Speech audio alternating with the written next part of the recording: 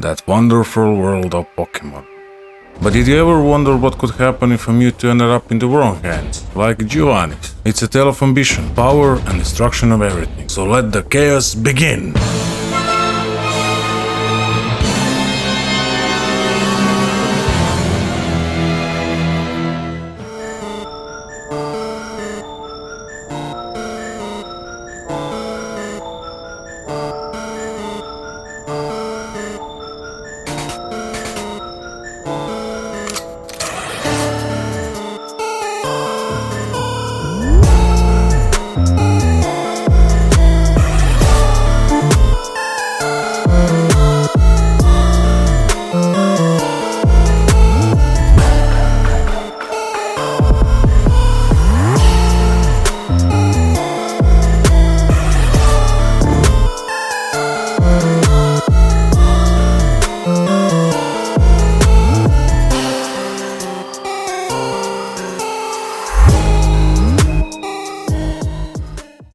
You know, folks, I've always been a circle enthusiast. But today I decided to break the mold, or should I say, the circle.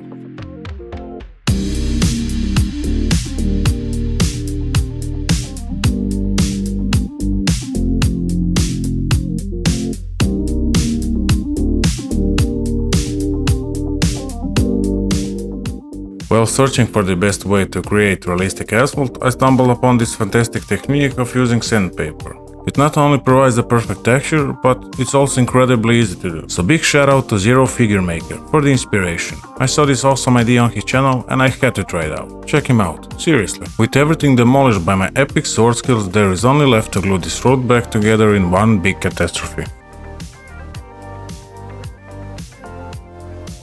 I was lucky enough to get much better XPS foam from one of my friends, which is perfect for some carving and texturing. I don't know about you, but here in Croatia it's a big struggle to get your hands on quality building materials.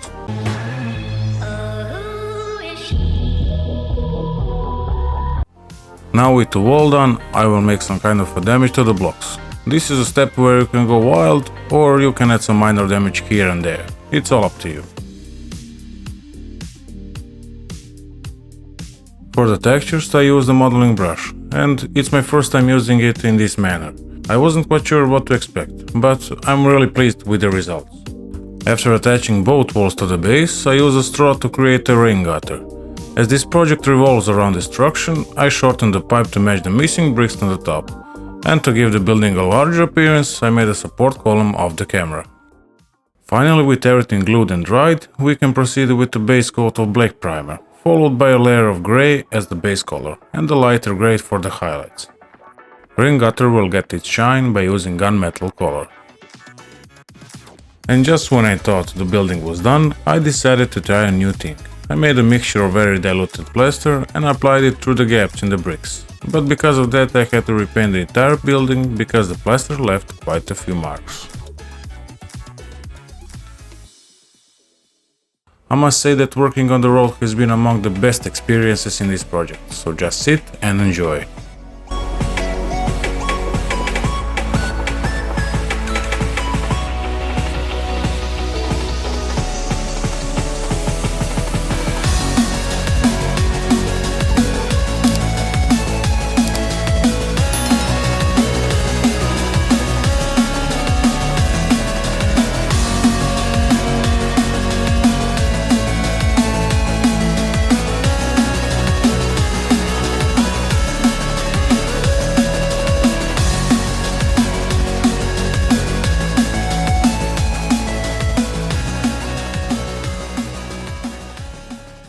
To avoid being like a homer, I need to actually work on the back of my diorama. To break that 50 shades of grey, the sides will get small areas of dirt and grass. The tiles in the building will be painted in some kind of a beige color, just because this is a go-to color for every old school rocket base. To get anime effect on the earth, I used some heavy dry brush of dark terracotta and continued with applying a glue which will be used to make grass terrain. Most of the time I use static grass applicator, but sometimes I have to apply grass by hand in hard to reach spots. Also, if you're able, use different sizes of grass to achieve a more dimensional and natural look. To build a fence, I use some rendering facade mesh. You can go with stainless steel mesh for the better result. Time to add some structure. These little guys are going to be the backbone of the fence. And to make sure they stay in place, I applied a small amount of superglue along the line to keep it nice and straight. Now, because the mesh is made of fiberglass, I was concerned that acrylic black paint wouldn't adhere properly, so I decided to use black primer as a secure base. To achieve a metallic look, I used gunmetal paint and applied it with a dry brush technique to create some depth in the mesh. But there is one crucial element we can't forget. What would a facility fence be without a barbed wire, right? As you can see, there was a tiny problem. I didn't have a thick wire, so I had to get a bit creative, so I combined a few thinner ones using a drill to get desired thickness. There are many ways to add spikes to the wire, but I discovered a method that is incredibly simple. Just wrap the wire around a few times, slip something like this stick between, and repeat the wrapping. In the end, just use some clippers and voila, we have some really nice spikes.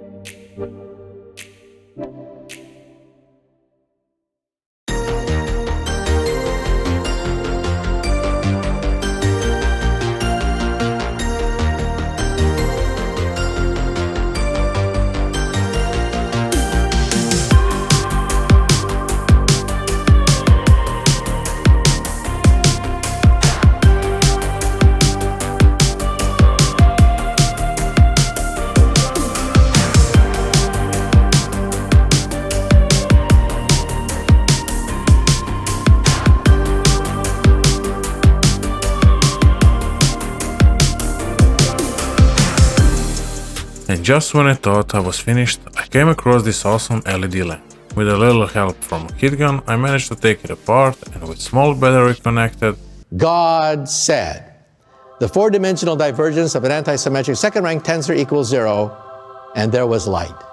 The back of this diorama will get a whole new makeover with some awesome explosion. To conceal the battery, I used soldering iron and some duct tape.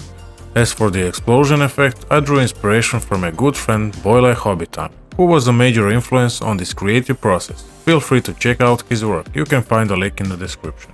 I used stuffing from pillows to create the explosion. Then I applied an orange fire-based color with an airbrush, followed by black paint to darken the edges of the smoke. Only thing which is left is to place both Mewtwo and Giovanni on the base, and with that we can check the final results.